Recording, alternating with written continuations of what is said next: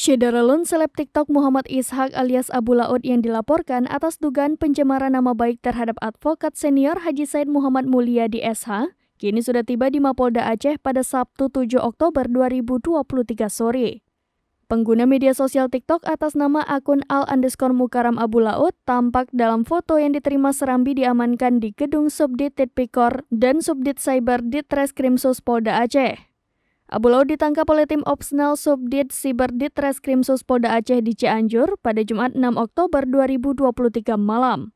Sang tiktokers tersebut dibekuk atas dugaan kasus pencemaran nama baik yang dilaporkan advokat senior Haji Said Muhammad Mulyadi SH melalui kuasa hukumnya pada Kamis 7 September 2023 lalu.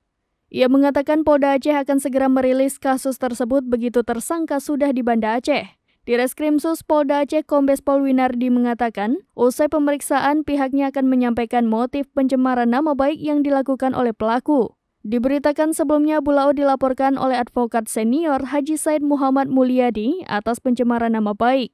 Laporan tersebut berkenaan dengan konten Abu Laut yang isinya diduga mencemarkan nama baik Said Mulyadi, keluarga dan para habaib yang kemudian disebarkan melalui akun TikTok @abupayapasi.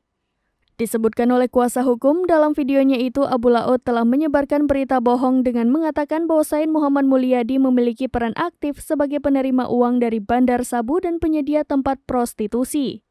Kasus tindak pidana pencemaran nama baik itu diketahui sekira tanggal 30 Agustus 2023. Katanya buat si Said Muhammad Mulyadi yan. Guna dia ngut peng sampai aja. Guna baking macet dia benar Aceh. Naik baking prostitusi dia benar Aceh.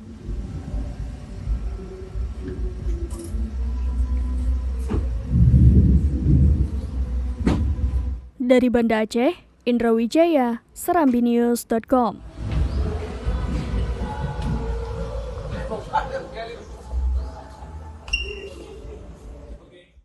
Download Tribun X sekarang, menghadirkan lokal menjadi Indonesia.